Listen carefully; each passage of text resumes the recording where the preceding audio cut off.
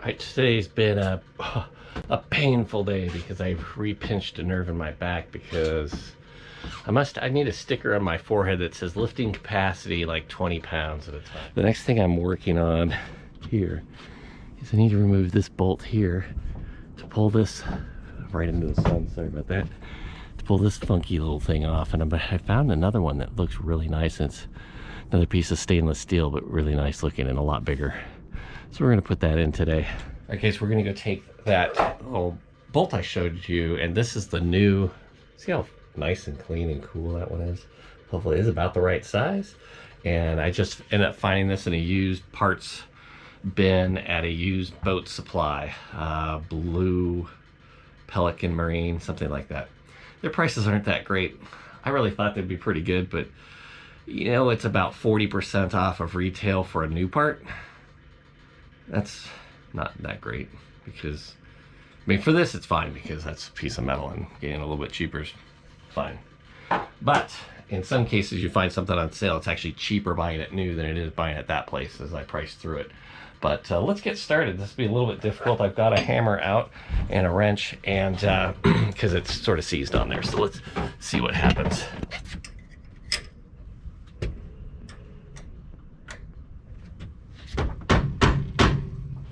I'm gonna call that one a fail. That thing is on there so tight. I've tried twice now, one with a hammer. One I thought I could just, you know, use some brute force and get it off. But, well, I'd like to show you guys how I got that out of there, but my camera was not working right, so all that footage is gone. But I had to drill out all those rivets and then pull the piece out. That ended up being the way to do it. I couldn't loosen the bolt at all. But we're gonna show you on the front piece how that really worked once we get to that. But right now we're going to put this part back together. Let's do that. All right, this part of the video is going to be absolutely riveting. Actually, we're going to be riveting. So I've got some rivets here that I purchased, correct size rivets. I rebuilt this end cap for the end of the boom, and a new bolt, all new stainless steel hardware. Nice shiny piece there, and re-coated the end piece. Now this end piece will be nice looking, and the boom will not be super nice looking because I'm not redoing the boom. Not yet. It's in good shape. It just has, you know, missing some of the paint there, as you can see, and this piece goes in the end. We got to put the wheel in and put the out haul line back in it, and that's what I'm gonna do next. And we'll get it put back together and then rivet it on. Riveting. First, we're going to bring that part up there. We're going to put that out haul wheel in place, and then we'll tap the part back in, and we'll get started. Let's take a look at what we've done here. So we've got the new end cap put in, lines through the wheel there. It's the out haul line, and all holes are lined up for the new rivets, and we'll do that next, and then hook up the out haul line. Looks pretty good. All right, so now I've got my rivets down here. I'm going to end up using the 1/2 inch long 5/8 and it's a 3/16 aluminum rivet. Alright, so we have the new back part of the boom put in place, and it's just for that little mount there. That's it, just this little thing just to hold the main halyard, and then I just put this little thing on here to keep the boom in place. And it's all set, all riveted in place, all ready to go. There's one item that I've been putting off that is vital, but not urgent, if that makes sense. And that is, let's take a look at this boom. It's crooked, right? So let's take a look right here. And there you go. You can see how it's tilted. It should be straight up and down like that.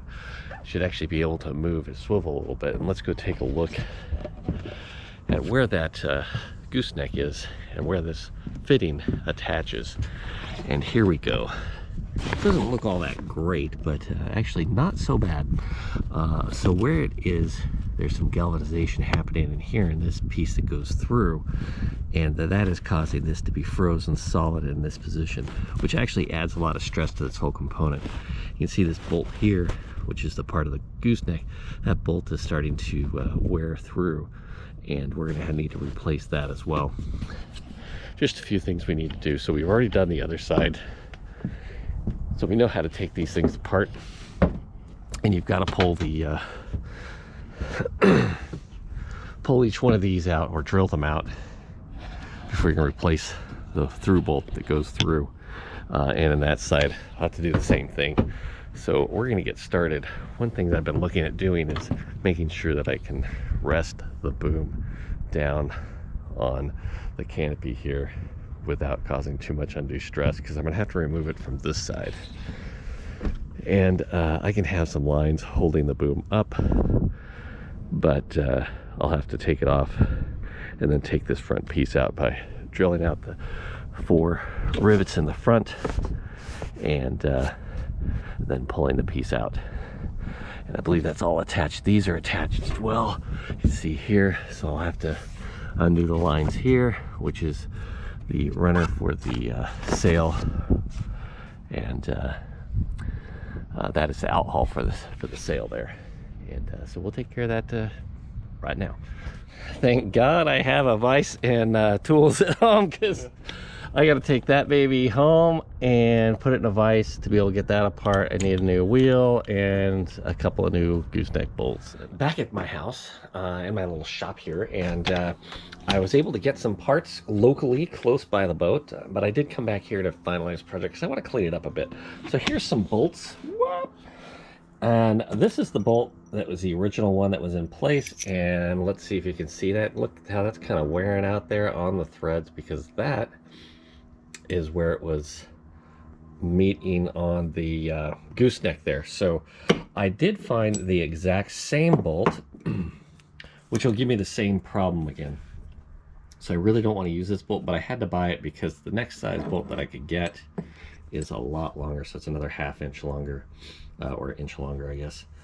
And so what I plan on doing is to make some spacers for this and utilize this. So I brought the whole gooseneck piece back with me. This is the piece that's frozen into the gooseneck itself, to the cap of the boom. And this is the part that goes on the mast and the mount. I also picked up some cotter pins that are stainless steel so that I can replace the one that I couldn't get out. Where is it? Oh, it's right there. Very difficult to see, but I tried everything I do to get that little baby out of there.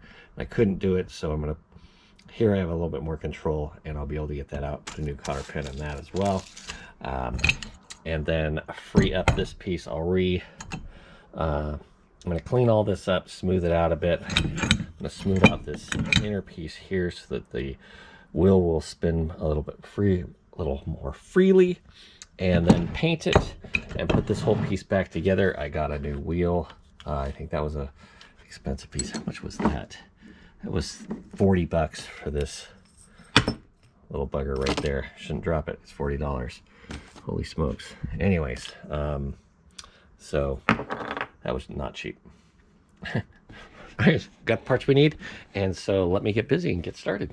So I've taken the whole thing apart, and this is the part I can't get out of here. And I was trying to free it by hitting it with a hammer here. The problem is that kind of mushroomed this end, so it's never going to come out, right? So I ended up taking this piece off, which was this whole mechanism here, taking that off, and then using an impact wrench. Got it right here, impact wrench, going forward and backwards until it finally broke loose. That probably would have been the way to do it first off. I kept trying to put anti-seize lubricant in this. I tried for over a couple of weeks. It was so seized on there, but actually going back and forth, it took about 5 minutes, and going just a little bit of movement, and it finally came loose. It's totally free now, but the problem is I can't get it out.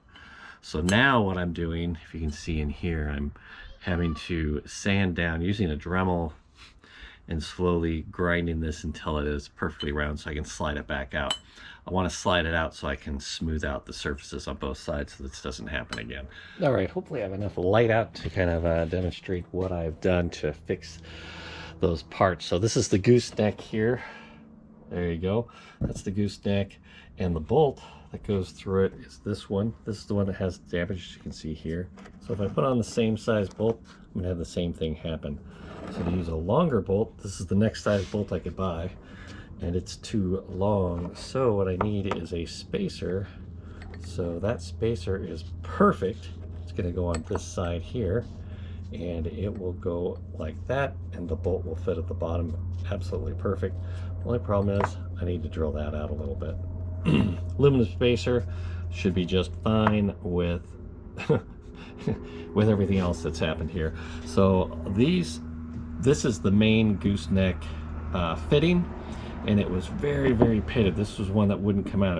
It was seized into the other piece, which I'm painting, so I'm not showing you here, but I've polished this out and I resurfaced it so it was a circle again. Anyways, and the same with this pen. This is the pen that goes through the other part of the gooseneck, and so I've polished both those out. We'll put some anti-corrosive